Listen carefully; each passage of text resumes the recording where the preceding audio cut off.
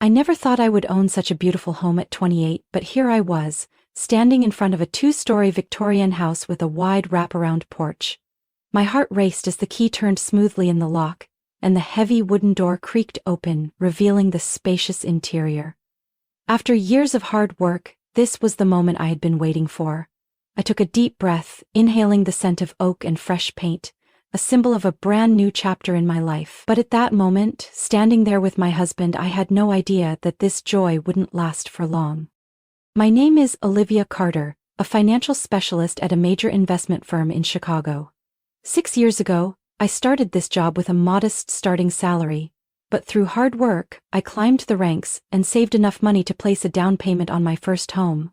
And now, after years of planning and saving, I finally owned my dream house. I squeezed my husband Jake's hand as we stood in front of our new home. He smiled, his blue eyes filled with pride as he looked at me. "You did it, Olivia. This house is amazing," he said, his voice full of sincerity. That was one of the things I loved most about Jake, his unwavering support for me. As a high school teacher with a modest income, he never felt threatened by my success.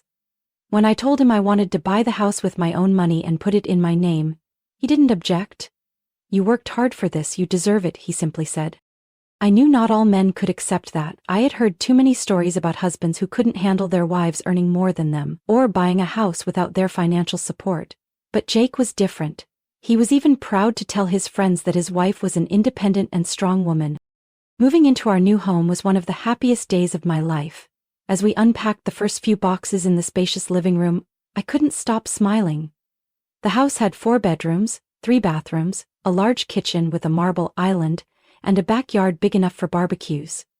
I had made sure to put down a significant deposit so that our monthly mortgage payments wouldn't be too overwhelming. We spent our first evening in the new house planning our future. Jake and I sat on the living room floor leaning against unopened boxes, imagining how we would decorate each room. "What do you think about turning this room into a small library?" I asked, pointing at a vacant room next to the staircase. "That's a great idea," Jake nodded, "but we should also think about a nursery for the future, right?" I laughed. "You're thinking too far ahead." "Not really," he smirked. "We're building a life together, aren't we?" Looking into Jake's eager eyes, I felt my heart swell with happiness. I had a beautiful home, a loving husband, and a bright future ahead. I had no idea that just a few months later, everything I believed in would completely fall apart. Dinner at my in-laws' house was supposed to be a warm gathering to celebrate our new home.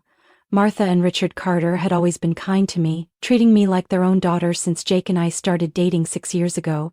They lived in a small ranch-style house on the outskirts of Chicago, simple but cozy. I had been looking forward to a pleasant evening, sharing a meal and chatting about how we planned to decorate each room in our new house. But things didn't go as I had imagined. Martha set a roasted chicken on the table, her face glowing with excitement as she looked at us. "So you two finally have a place of your own. Tell me all about it. What's it like?" I was about to speak when Jake jumped in first, his voice filled with pride. "Actually, I wanted to surprise you, Mom. I bought us a beautiful house, 4 bedrooms, 3 bathrooms, a spacious backyard, and even a modern kitchen," he beamed, his eyes shining with joy. I froze, my chopsticks nearly slipping from my fingers. A cold chill ran down my spine. What did he just say? "Oh my goodness, my son is amazing!" Marta clapped her hands, absolutely thrilled. "I knew you could do it, Richard. Did you hear that? Our boy bought a house for his family." Richard, a quiet but proud father, nodded approvingly. "Well done, son. I was worried a teacher's salary wouldn't be enough for a big house like that, but I guess I underestimated you." I turned to look at Jake, hoping this was some kind of joke. But he didn't look like he was joking. Under the table, he gently squeezed my hand, his eyes silently pleading with me not to say anything. My heart pounded in my chest, but I forced myself to stay calm. I didn't want to cause a scene in the middle of dinner, especially when I saw the delight in Martha's eyes. I mustered a weak smile. "Yeah, the house is really beautiful." Jake squeezed my hand tighter, as if thanking me for staying silent. The rest of dinner passed in a blur of excitement from Jake's family. He went on and on about the home buying process, how he had saved for years to afford the down payment, and even described his choices in furniture, items that I had personally selected. I sat there, quietly pushing my food around my plate, feeling like I had been pulled into a strange, alternate reality. One where I was no longer the person who had worked countless hours to buy that house. But it didn't stop there. A week later we visited my parents. I grew up in a middle-class family in downtown Chicago. My mother, Linda, was a retired accountant, and my father, Daniel, had been an engineer but now worked part-time. They were practical, straightforward people who had always taught me to be independent and earn what I wanted through hard work. That evening our family gathered around the dinner table, and my mom eagerly asked about the house. "You must be so proud, Olivia," she said with a smile, placing her hand over mine. I nodded, ready to share my journey of buying the house when Jake spoke up first. "Yes, we got an amazing house," he said, his voice just as proud as before. "I wanted to give Olivia the home she deserves, so I worked really hard to be able to buy it." The fork in my hand nearly slipped from my fingers. My mom paused, her eyes narrowing in suspicion. "What did you just say? You bought the house?" Jake smiled. "Yes, I saved for years to afford this house for our family." I turned to look at Emma, my younger sister, who was sitting across from me. A strange emotion flickered in her eyes. Was it surprise, disappointment, or jealousy? Emma had always dreamed of owning a beautiful home, but with her career still unstable, she was stuck renting a small apartment. Now, hearing that Jake had supposedly bought a big house, I could see the discomfort in her expression. I clenched my fork, feeling like I was trapped in a bizarre dream. I had hoped Jake had only lied to his own family to make them happy, but now, he was weaving this same fabricated story in front of my family as well. Should I tell the truth? I looked at Jake, catching the way his eyes flicked toward me, a silent warning. He didn't want me to ruin the image he had just built. And so, once again, I chose to stay silent. But I knew this silence wouldn't last forever. I wasn't surprised when one evening Emma called me, her voice filled with worry. "Olivia," Emma hesitated. "My job is downsizing, and I just got laid off." I was a little surprised but kept my voice steady. "Oh, do you have a plan yet?" Emma sighed. "I'm still looking, but rent doesn't wait for anyone. I can't afford my apartment anymore if I don't find somewhere else." Her voice trailed off as if waiting for me to offer a solution. I closed my eyes, already knowing exactly what she was about to ask. "Can I stay with you for a while?" I glanced at Jake, who was sitting on the couch watching the news, then let out a sigh. "I'll think about it, Emma." But before I could call her back to discuss it, my mom called first. "Olivia, Emma just called me crying. She lost her job. You have to help her. You have a big house. What's a few weeks or a few months?" And just like that, I agreed. 2 days later, Emma arrived at my house with her suitcase. The first few weeks went surprisingly well. Emma quickly became the perfect house guest.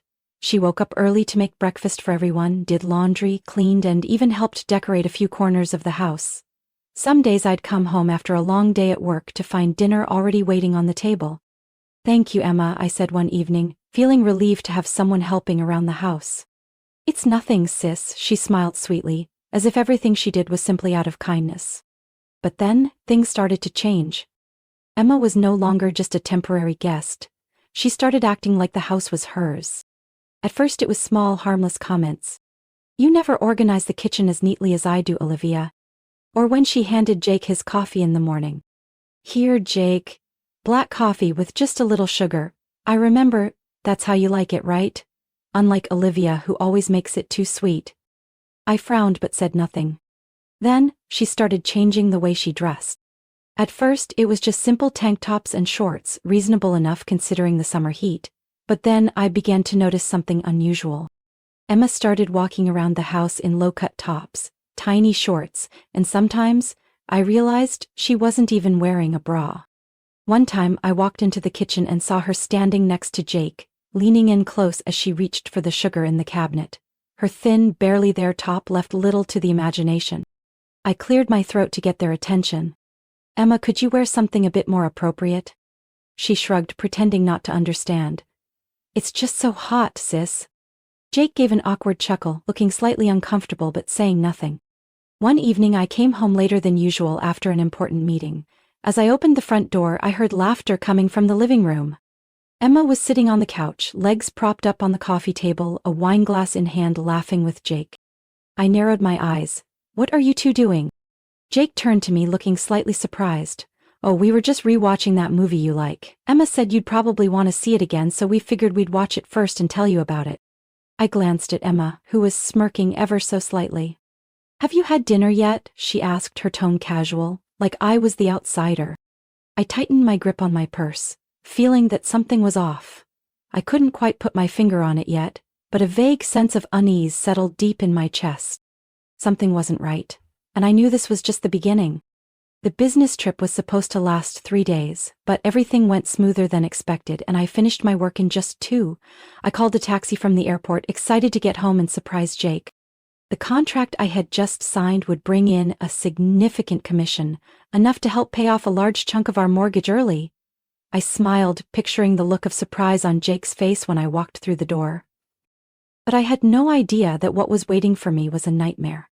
The taxi pulled up in front of the house at 8 p.m. From the gate I sensed something was off. The lights inside were all on, and faint music drifted down from upstairs. I rolled my suitcase inside and was immediately met with a strange feeling. On the living room table there were 2 glasses of red wine, one still full, the other nearly empty. I froze. Jake wasn't the kind of man to drink alone, and that second glass? It wasn't mine. Then I saw a piece of clothing draped over the staircase railing. A red silk blouse, not mine. A wave of unease crashed into my chest, so intense that it nearly stole my breath. Gripping the handle of my suitcase tightly, I climbed the stairs, each step slow and deliberate. The music was coming from my bedroom. Our bedroom. The door was slightly ajar.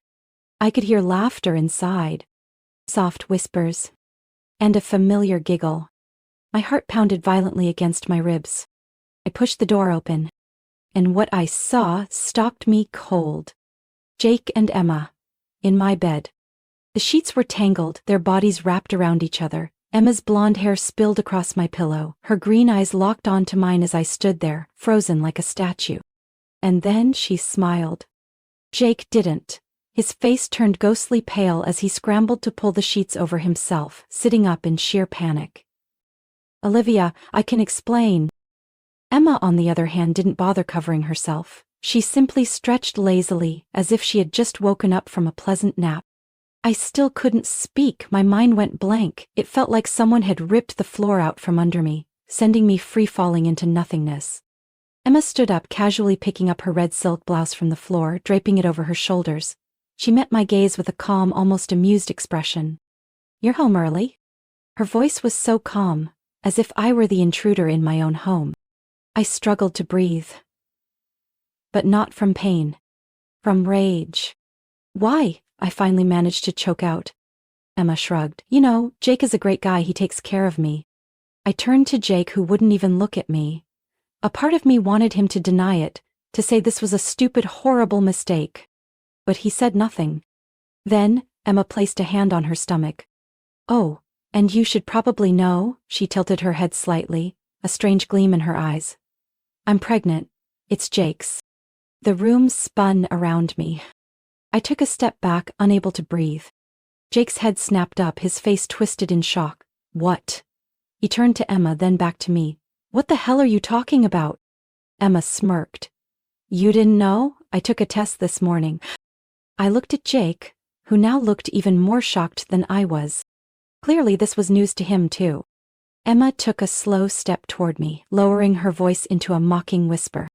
So maybe you should reconsider who actually gets to stay in this house. I stood there, silent.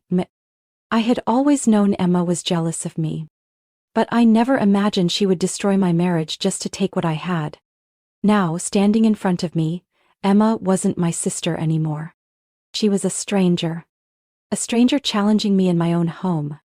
And I knew this war had only just begun. I stared Emma down, my breath heavy with fury. She stood there, her hand resting on her stomach, her eyes burning with arrogance. You should reconsider who gets to live in this house, she repeated, her voice completely devoid of remorse. I couldn't hold it in anymore. I laughed. A dry, bitter laugh echoed through the room. Emma frowned. What's so funny? I shook my head, wiping away my tears, not from pain but from pure rage. Emma, do you really think you can steal everything from me and then stand here claiming this house is yours? I crossed my arms, my gaze turning ice cold. Let me tell you the truth. This house was never Jake's. It never was. Emma raised an eyebrow. What are you talking about? I turned to Jake, who was still sitting on the bed, his face pale and stunned. Jake, I said, my voice cutting through the air like a blade. Tell her. Tell Emma whose name is actually on the deed. Jake swallowed hard. His eyes flicked to me, then to Emma. And I saw fear in them. Jake, I repeated, this time slower, firmer. Tell her the truth. He bit his lip, then dropped his gaze. Olivia bought this house, he muttered, barely audible. Emma's forehead creased. What? Jake took a deep breath and finally admitted it. I never bought this house, Emma. Everything, the house, the car, all of it, belongs to Olivia. I saw the panic flash across Emma's face. No, that's not possible, she stammered, her voice rising. You told me. He lied, I cut in, stepping closer to her, and you were foolish enough to believe it. Emma turned to Jake, her eyes blazing. You lied to me? You told me you bought this house for our family? Jake avoided her gaze, unable to come up with another excuse. Emma's face twisted with fury. She whirled back to me, her cheeks flushed red with anger. So what? She lifted her chin, trying to regain her arrogance. You think just because your name is on the deed you can throw us out? Did you forget? I'm your sister, and this, she gestured toward her stomach, is the father of my child. We have a right to stay. I let out a cold, quiet laugh. Oh no, Emma, you two have no right to stay here. I crossed my arms, my voice so cold it even surprised me. You have exactly 1 hour to pack your things and get the hell out of my house. Jake's head snapped up, his eyes wide. Olivia, don't do this. I'm not asking, I'm telling you. I walked over to the filing cabinet, pulled out the house ownership documents that I had kept safe, and threw them onto the table in front of them. My finger landed directly on my name on the deed. Emma's mouth fell open. And here, I said, grabbing another folder and tossing it next to the first, is the receipt for the car Jake drives. I looked at them, my tone cutting. It's in my name, I paid for it. Jake was just using it.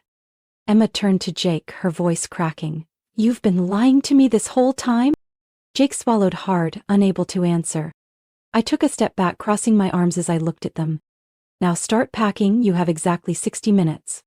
Emma glared at me, her eyes burning with hatred. You're going to regret this, she hissed. You're throwing your own pregnant sister out of the house. I smirked. That baby has nothing to do with me. I folded my arms tighter. But if you're not out in an hour, I'm calling the police. Emma stood there, breathing heavily, her hands clenched into fists. I turned on my heel, walking toward the door. Before slamming it shut, I said coldly, The clock is ticking, get moving.